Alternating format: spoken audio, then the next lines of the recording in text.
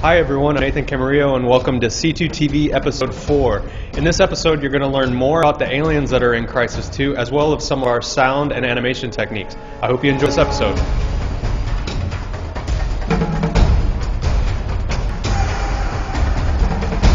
We looked a lot at the enemy types and the challenge was there, okay, now we're in a city environment, what kind of enemies would integrate better there and would make sense and actually provide interesting gameplay? One big difference between the aliens in Crysis 1 and Crysis 2 is that the new aliens have feet. And the aliens in Crysis 1 didn't.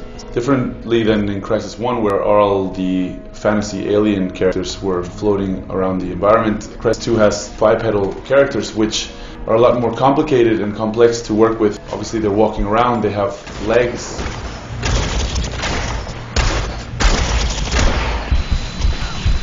You can hear footsteps before he sees the alien actually in the distance. This makes a huge difference actually. The aliens are more in a way human-like. The human eye is very used to seeing things walking around, so any small detail that doesn't work or flow right is very easily spotted.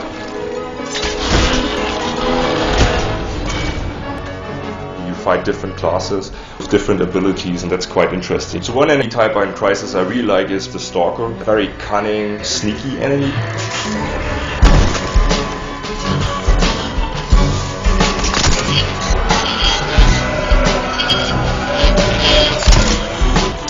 That we specifically designed to really work very well in the vertical environment that Crysis 2 takes place. So he can jump down, jump over things, leap up walls, move along the wall. He becomes a really interesting, challenging element in the gameplay and a very scary one.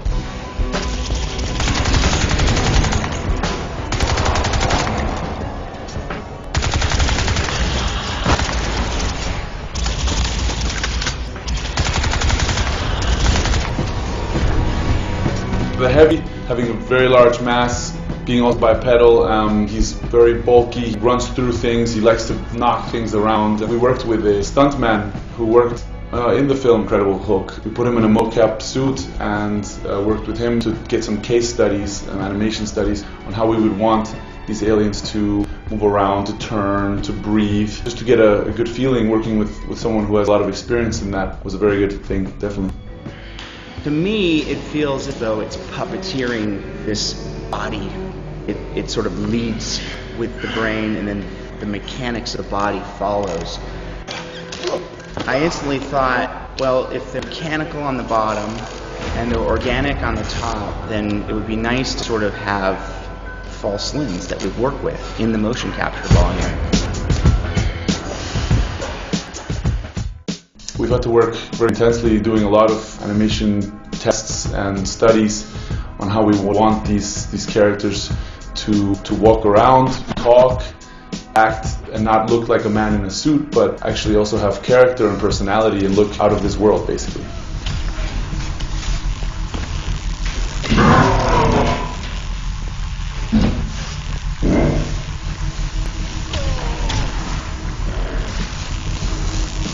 All the aliens are hand key animation, it's all done by hand. Our aliens have 3 leg joints, like a horse's legs, and that would have been quite difficult to actually mocap. And you know, as an animator, you like to be able to get down and dirty and put your hands in the work and animate by hand, actually, if possible. So we've done that with all the aliens. The human characters, it's a mixture between mocap data and hand keyed animation.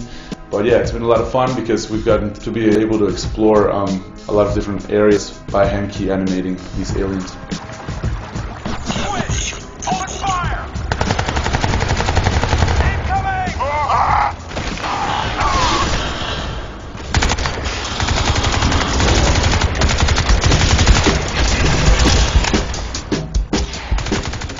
We worked with an external studio using a facial motion capture technology which captures every muscle and joint without needing to actually put the motion capture reflectors on the face. Actually, just by recording video, the technology basically uses the camera footage, the video footage, to control the exact movement of every muscle and joint in the face, which then gets interpolated into data, into the computer, and then a whole huge team of animators and go in and clean up that data and make sure that everything looks nice and very realistic.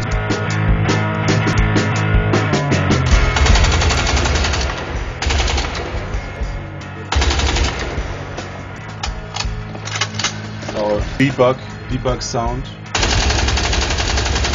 Our sound hits the wall.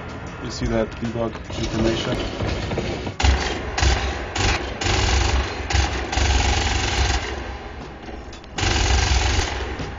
The funny thing is that Crysis is always so graphics heavy that you have to follow up on sound. The research phase, of course, we were looking at everything which was done out there, from Aliens 1 to District 9. The biggest challenge was to not redo something which has already been done, because it's so easy that you kind of fall into that thing like, oh yeah, this sounds like.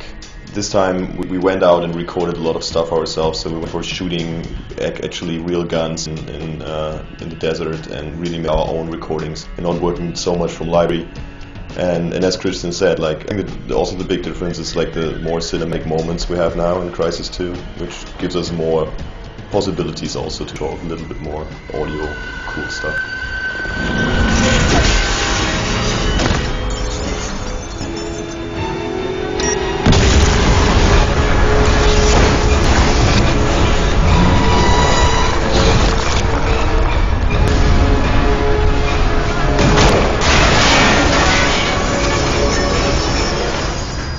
Now we kind of in the direction of like energetic sounds, which are a lot of based on actually instruments. So we use a lot of guitar and basses and kind of distort stuff in the end, and heavily processing, of course. Sound is a little bit like like colors is something. Some people prefer blue, some people red. In the end, does it work or not? And then the rest is taste. So far I think we're on a pretty good track to just, be at least this unique thing that you kind of hear the sound, you kind of, oh, this is Crysis. So this is the big challenge, but also a big opportunity to just, being really unique. In the last couple of weeks, actually, I've really started to see everything coming together. Finally can really see the light at the end of the tunnel, and all this hard work that we've been putting in really started to take place and come together, and I really feel like Crysis 2 has potential to be a very amazing game. Thanks for watching this episode of C2TV. Remember, there will be more episodes in the future. In the meantime, check out mycrysis.com for all the latest Crysis 2 news and media.